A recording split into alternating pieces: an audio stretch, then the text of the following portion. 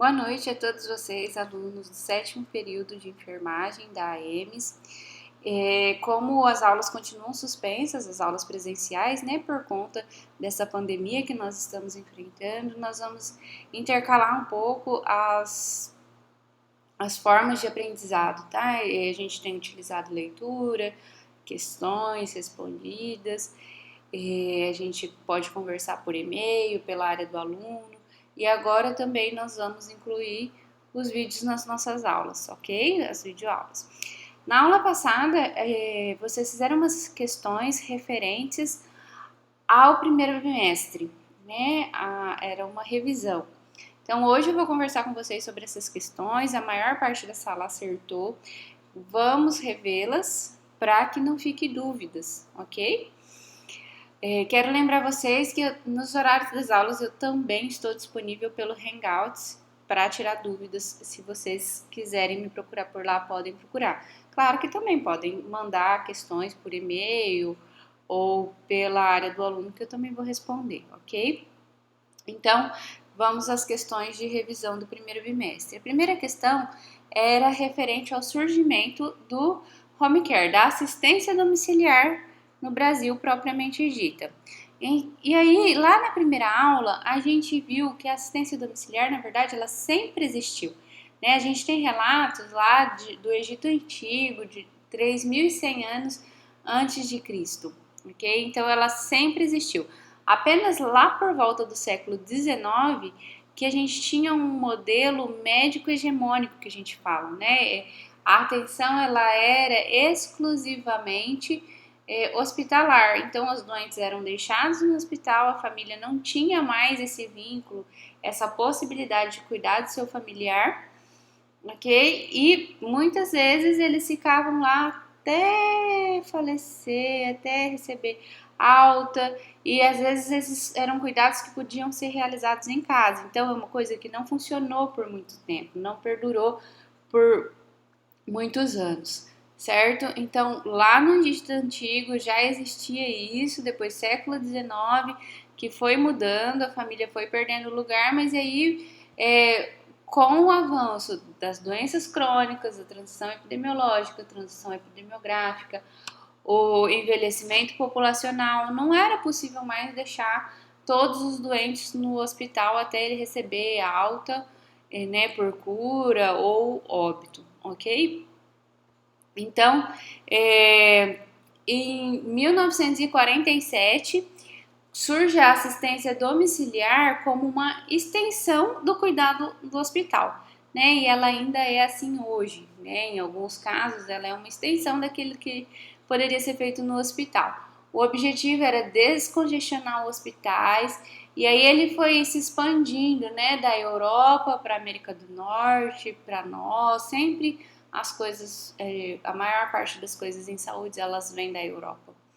Certo? E aqui no Brasil, então, a assistência domiciliar, ela surgiu primeiro com os médicos da família. Lembra, nós conversamos que apenas as famílias abastadas, as pessoas mais ricas tinham acesso, porque os médicos iam nas casas fazer a consulta, fazer a prescrição, fazer o cuidado, tá?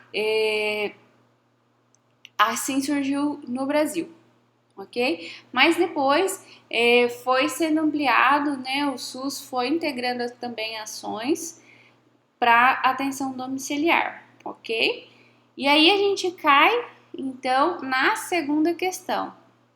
Claro que antes de responder essa segunda questão, é importante lembrar que houveram alguns decretos colocando sobre assistência domiciliar no SUS, que era primeiro para os funcionários da Caixa, lembra? Para aposentadorias e pensões, ok?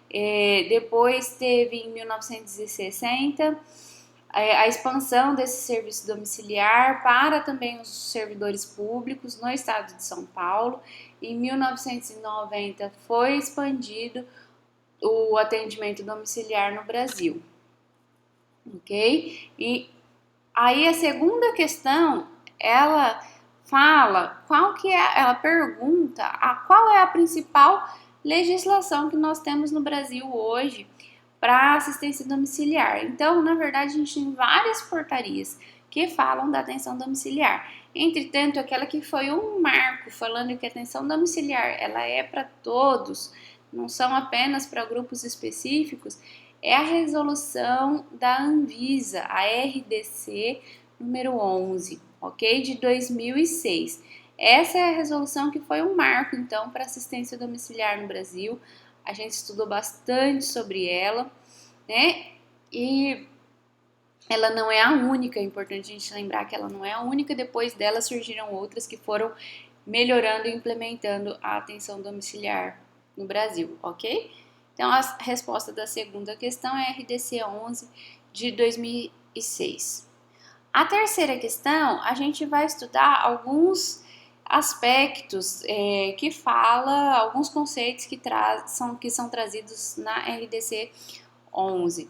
Então, a terceira questão, ela pergunta a definição de atenção domiciliar.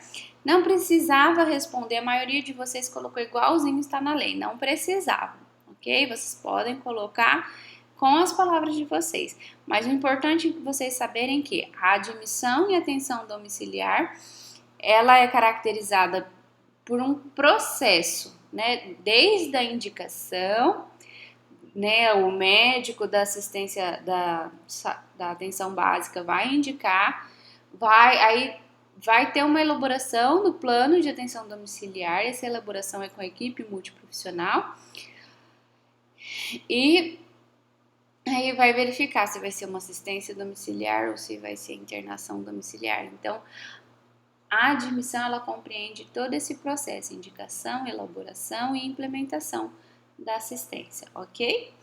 E o que é a alta da atenção domiciliar? A alta é quando acontece o encerramento, a finalização da prestação de serviço para aquele paciente. Ela pode ser porque o paciente precisou, descompensou e foi internado no hospital novamente.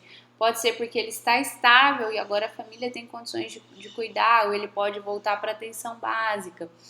Pode ser por cura ou a pedido do próprio paciente ou do responsável, ou até mesmo por óbito. Essa é a alta da atenção domiciliar. Continuando